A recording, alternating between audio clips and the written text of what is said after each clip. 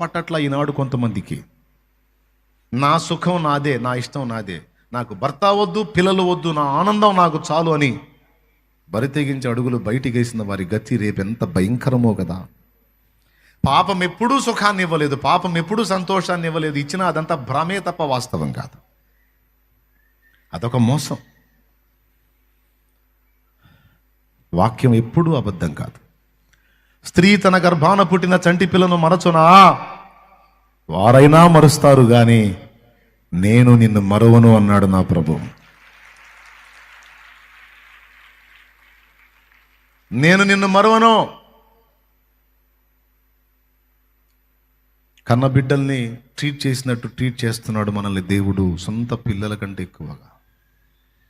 నిజంగా నానే ఆయన మనకి, ఎందుకంటే మనల్ని సృష్టించింది ఆయనే కదా, నానే. పురుషులకు కూడా చెప్తున్నాను నాయన, ఒక పచ్చని కాపురంలో నిప్పులు పోసి వేరే వాని భార్యను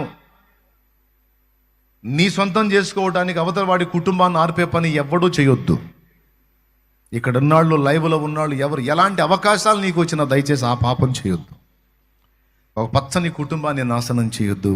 ఆ శాపం నీ ఒక్కడితో పోదు, అది నీ పిల్లలు కూడా తగిలితే. ఎంతమంది పురుషులు వింటున్నారు ఈ మాట? తెలిసి తెలిసి ఒక కుటుంబంలో నిప్పులు పోయొద్దు, ఒక కుటుంబంలో చిచ్చు పెట్టొద్దు.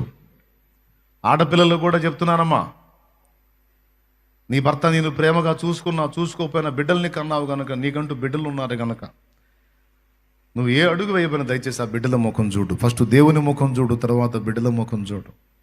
నా ప్రభు ఏమనుకుంటాడు, నా పిల్లలు ఏమనుకుంటాడు, నన్ను కన్నవాళ్ళ పరిస్థితి ఏంటి, నా తోడబుట్టిన వాళ్ళ పరిస్థితి ఏంటి, సమాజం ఏమనుకుంటే నాకేమని బతకలేం కదా. దేవుని దృష్టి ఎదుట, సమాజం దృష్టి ఎదుట మనం జాగ్రత్తగానే నడుచుకోవాలమ్మా. నీకు అవకాశాలు వస్తాయి, పిలుస్తారు, నీకెందుకు, నిన్ను పువ్వుల్లో పెట్టి చూసుకుంటాను రా, ఎన్నాళ్ళు పడతావు ఈ బాధ.